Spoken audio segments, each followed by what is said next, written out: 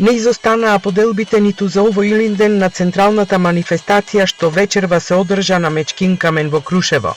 Дел од граѓаните кои дојдоа на чествувањето се надвикуваа меѓусебно во моментот кога доаѓаше делегацијата предводена од председателот на државата Стево Пендаровски. Дел од присутните со аплауз, а дел со негодување и свирежи ја пречекаа делегацијата функционери овде на Мечкин камен во Крушево, каде се одржа централната манифестација.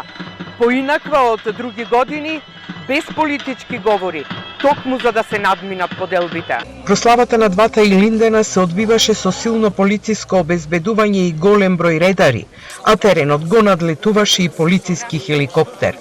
Некои од присутните реагираа токму поради тоа, а други пак упатија пораки за обединување.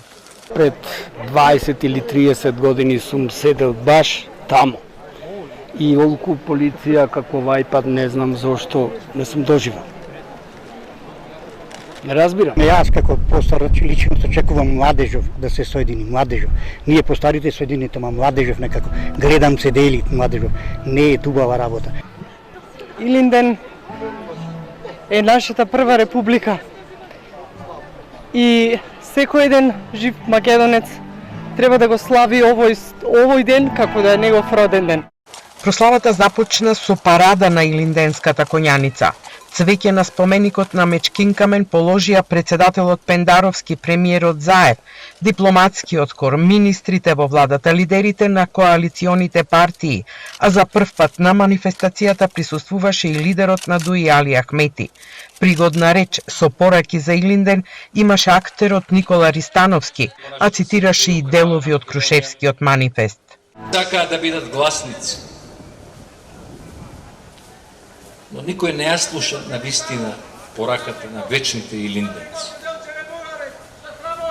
Ние, вашите вечни комши, пријатели, познајници од хубавото Крушево и од неговите китни села, без разлика на вера, народност, пол и убежденија, не можејќи веќе да трпиме тиранијата на жедните за крв и гладните за човечко месо муртати, што гледаат и нас и вас да дотераат до нож, и нас и вас да дотераат до питачки стап, и нашата мила и богата земја Македонија